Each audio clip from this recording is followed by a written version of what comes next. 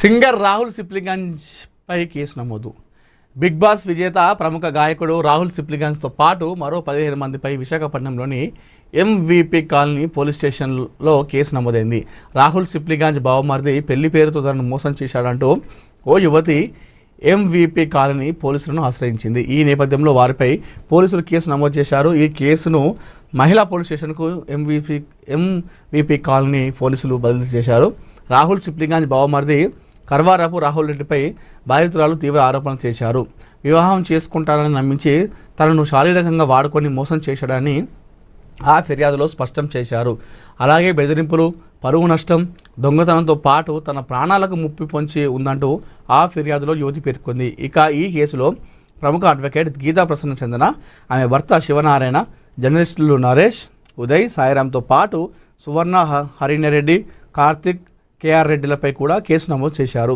మరోవైపు 2026 మార్చి 10వ తేదీన కేవలం రాహుల్ రెడ్డిపై మాత్రమే నగర పోలీస్ కమిషనర్కు యువతి ఫిర్యాదు చేసింది. దాదాపు 3 నెలల తర్వాత జూన్ 11వ తేదీన మరో 11 మంది పేర్లను చేర్చుతూ రెండో ఫిర్యాదు యువతి ఇచ్చింది.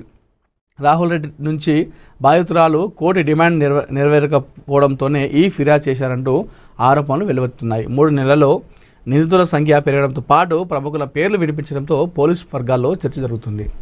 అయితే రాహుల్ సిప్లిగంజ్ బావమరిది ఒక అమ్మాయి విషయంలో ఏదో మోసం చేశాడను, చీటింగ్ చేశాడని చెప్పేసి కేసు అయింది. అయితే చాలా పేపర్లలో కావచ్చు, చాలా వార్తలలో రాహుల్ సిప్లిగంజే మోసం చేసేయడని చెప్పేసి వార్తలు ఇస్తూ ఉన్నారు. ఆయన పైన ఈ విషయంలో కేసు నమోదైంది. అంతేగాని కొన్ని ఛానళ్లలో రాహుల్ సిప్లిగంజే అమ్మాయిని మోసం చేసేయడం అని చెప్పేసి ఫేక్ న్యూస్ స్ప్రెడ్ చేస్తూ ఉన్నారు. ఇక్కడ రాహుల్ సిప్లిగంజ్ కాదు, రాహుల్ సిప్లిగంజ్ వల్ల బావమరిది ఒక అమ్మాయి విషయంలో ఏదో జరిగిందంట, అది ఇంకా నడుస్తూ ఉంది ఆ కేసు. ఆ అమ్మాయి ఏమో మోసం చేసిందని చెప్పేసి కేసు పెట్టింది. ఇటు రాహుల్ సిప్లిగంజ్ బావమరిది ఏమో ₹1 కోటి డిమాండ్ చేసింది, అది ఇవ్వకపోవడంతోనే మా మీద కేసు పెట్టిందని చెప్పేసి వీళ్ళు చెప్తా ఉన్నారు. ఇది జరుగుతూ ఉంది యాక్చువల్గా అయితే. కానీ చాలా ఛానళ్లలో చాలామంది ఏమనుకుంటారంటే రాహుల్ సిప్లిగంజే ఒక అమ్మాయిని వేధించిండు, రాహుల్ సిప్లిగంజ్ ఒక మహిళను, ఒక అమ్మాయిని మోసం చేసేయడం అని చెప్పేసి ఈ విధంగా ఇస్తూ ఉన్నారు. ఇందులో ఎలాంటి వాస్తవం లేదు. వాళ్ళ బావమరిది విషయంలో ఆయన పైన కూడా కేసు అయింది వాస్తవమే.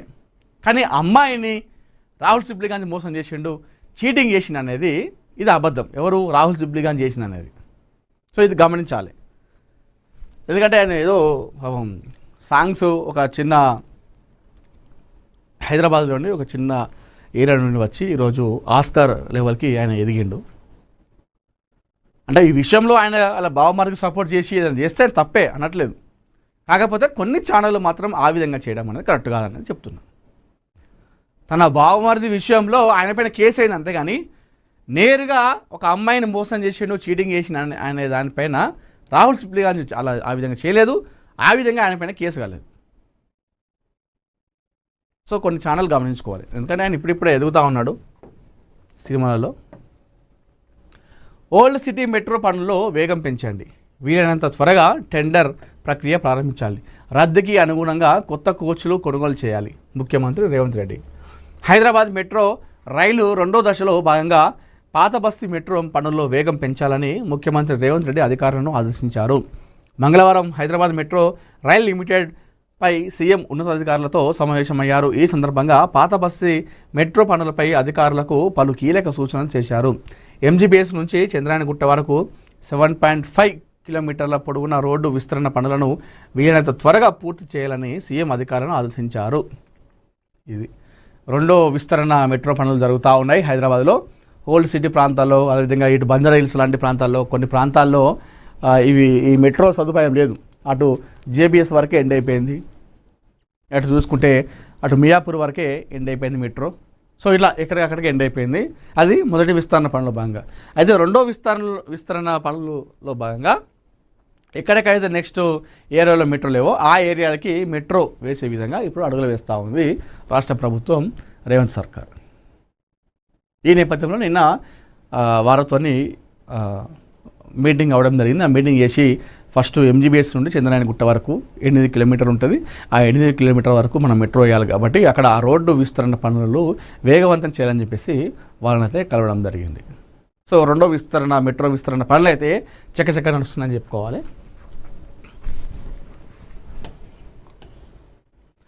ఇంత నిర్లక్ష్యమా? ఇరిగేషన్ అధికారుల కనుసన్నల్లోనే నాలా ఆక్రమణలు, రాత్రింబవళ్ళు యథేచ్ఛగా కొనసాగుతున్న నిర్మాణ పనులు, ఫిర్యాదులు అందుతున్న చర్యలు శూన్యం. ఇరిగేషన్ అధికారుల హామీలు ఏమయ్యాయి? హైడ్రా బుల్డోజర్లు ఎక్కడ?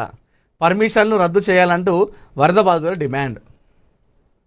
పోచారం డివిజన్ జోడిమెట్లలోని నాడెం చెరువు నాలపై అక్రమ నిర్మాణాల వ్యవహారంలో అధికారుల నిర్లక్ష్యం పరాకాష్ఠకు చేరింది. కొంతమంది బిల్డర్లు నిబంధనలను తుంగలో తొక్కి నాలాను నిలువున మింగేస్తున్న ఇరిగేషన్ అధికారులు కళ్ళున్న కబోదులా వ్యవహరిస్తున్నపై స్థానికులు మండిపడుతున్నారు. మహాదినపత్రిక బరితెగించిన అక్రమాలను సాక్ష్యాలతో సహా బట్టబయలు చేసినప్పటికీ క్షేత్రస్థాయిలో ఎలాంటి చలనం లేకపోవడం పలు అనుమానాలకు తావిస్తుంది. అక్రమ నిర్మాణాలపై చర్యలు తీసుకుంటామని ఇరిగేషన్ డిఈ అంజనేయులు స్పష్టం చేసినప్పటికీ ఆ మాటలకు భిన్నంగా రాత్రింబవళ్ళు యథేచ్ఛగా నిర్మాణ పనులు కొనసాగుతుండడం అధికారుల తీరుపై బహిరంగ విమర్శలు వ్యక్తమవుతున్నాయి. నాలాపై అక్రమ నిర్మాణాలు జరుగుతున్న విషయం అధికారుల దృష్టికి వెళ్ళినప్పటికీ నిర్మాణ పనులు మాత్రం ఆగకపోవడం గమనార్హం. పగులు మాత్రమే కాదు, రాత్రి వేళల్లోనూ పనులు కొనసాగిస్తున్నట్లు స్థానికులు ఆరోపిస్తున్నారు. అధికారులు క్షేత్రస్థాయిలో పర్యటించి పనులను నిలిపివేయాల్సి ఉన్నా ఇప్పటి వరకు ఆశించిన స్థాయిలో చర్యలు లేకపోవడంపై స్థానికులు ఆగ్రహం వ్యక్తం చేస్తున్నారు. ఈ పోచారం డివిజన్లోని జోడిమెట్లలో ఈ నాలాపై అక్రమ నిర్మాణం సాగిస్తున్నారు. దీనిపైన హైడ్రా చర్యలు లేవు, మున్సిపల్ అధికారులు లేరు, ఇరిగేషన్ అధికారుల పట్టింపు లేదు. ఎవరు పట్టించుకుంటారు మరి ఈ జోడిమెట్లలో ఈ అక్రమ నిర్మాణం పైన? నాలాపైన యథేచ్ఛగా కడితే ఆ నిర్మాణం రోడ్లపైన వర్షం కొడితే చిన్నపాటి వర్షానికి రోడ్లపైన చెరువులాగా నీళ్ళు వస్తూ ఉన్నాయి, రోడ్లు మొత్తం మునిగిపోతున్నాయి. ఎందుకు అంటే ఈ అక్రమ నిర్మాణం. ఇక నువ్వు నాలపైన ఇల్లు కట్టిన తర్వాత, నువ్వు నాలపైన నిర్మాణం చేసిన తర్వాత అల్లకు పోయేటువంటి వాటరు, వరద వాటరు అంతా బయటకు వస్తాయి, కంపు అంతా కూడా. అది కామన్. ఇప్పుడు అదే చేస్తూ ఉన్నారు ఈ జోడిమెట్లలో. మరి తెలుసు, వాళ్ళకందరూ తెలుసు, అధికారులకు తెలుసు. నాలాపైన, చెరువులపైన, కుంటలపైన నిర్మాణం చేస్తే ఏమవుతుందో అందరూ తెలుసు. మరి వాళ్ళు ఆ అధికారులు ఏ విధంగా సపోర్ట్ చేస్తూ ఉన్నారు? రాత్రి బావాళ్ళు వాళ్ళు నిర్మాణం చేస్తూ ఉన్నారు యథేచ్ఛగా. మరి ఆపేది ఎవరు? ఎన్నిసార్లు ఫిర్యాదు చేసినా కూడా స్థానికుల మాట ఎవరు పట్టించుకోవడం లేదు. వర్షాలు వస్తే మునిగేది ఎవరు అక్కడ? ఇబ్బంది కలిగేది ఎవరికి అక్కడ?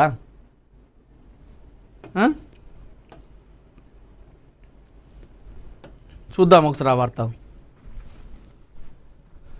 Malkajgiri municipal corporation Ghatkesar circle Pocharam division Jodimetla చౌరస్తాలో నాడెం చెరువు నాలాపై కొనసాగుతున్న నిర్మాణాల వ్యవహారంలో అధికారుల నిర్లక్ష్యం మరోసారి చర్చనీయాంశంగా మారింది. నాలా ఆక్రమణలు, నిర్మాణాలపై స్థానికుల నుంచి వరుసగా ఫిర్యాదులు వస్తున్న సంబంధిత శాఖలు ఇప్పటి వరకు కఠిన చర్యలు తీసుకోకపోవడం బాధితులు ఆగ్రహం వ్యక్తం చేస్తున్నారు. ప్రకృతి ప్రసాదించిన వరద కాలువను రక్షించాల్సిన బాధ్యతను పూర్తిగా విస్మరించి అక్రమార్కుల కాసుల కాకృతికి ఇరిగేషన్, మున్సిపల్, టౌన్ ప్లానింగ్ అధికారులు నిలువున వత్తాసు పలుకుతున్నారని వారు వాపోతున్నారు. నిబంధనల ప్రకారం నాలాలకు ఇరువైపుల ఖచ్చితంగా బఫర్ జోన్ వదిలిపెట్టాలి. కానీ ఇక్కడ ఏకంగా నాలా గర్భాన్ని మింగేస్తూ ప్రవాహ మార్గాన్ని మళ్లించి బహుళంతస్తుల వాణిజ్య సముదాయాలు వెలుస్తుండడం గమనార్హం. పత్రికల్లో వార్తలు వస్తున్నా, సంబంధిత శాఖలకు ఫిర్యాదులు వెలువెత్తున్నా ఏ ఒక్క అధికారి అటువైపు కన్నెత్తి చూడకపోవడం వెనుక ఉన్న లోపాయకార ఒప్పందాలు ఏమిటో అందరికీ అర్థమవుతూనే ఉంది. ఏముందల్లా అందరు అధికారులకు ముడుపులు ముట్టినాయి, పైసలు లక్షలు డబ్బులు పోయినాయి. డబ్బులు పోయిన తర్వాత ఇంకేం చేస్తారు? సైలెంట్గా ఉంటారు అధికారులు. నువ్వు ఇప్పుడు ఇట్టుందంట కథ హైదరాబాద్లో అధికారుల పని కొంతమందిది. నువ్వు డబ్బులు ఇస్తా అంటే చెప్పు, మంచి వాళ్ళు ఎంత డిమాండ్ చేస్తుంది డబ్బు నీకు అమ్మకానికి చార్మినార్ కూడా పెడతారు, బాగా చెప్తా. అట్లున్నారు మా హైదరాబాద్లో అధికారులు. డైరెక్ట్ సంతకం పెట్టి నీకు ఎందుకు పోయి చూసుకుంటూ పోని చెప్పి సంతకం పెడతారు ఫస్ట్ పైసా ఇస్తే. అట్లే ఉంది ఇప్పుడు ఈ జోడిమెట్ల కథ కావచ్చు, మనం నిన్న చెప్పినటువంటి ఏది అది సర్వే నెంబర్ 11/33, 11/34, ఇదంతా అదే కథ. ఆడ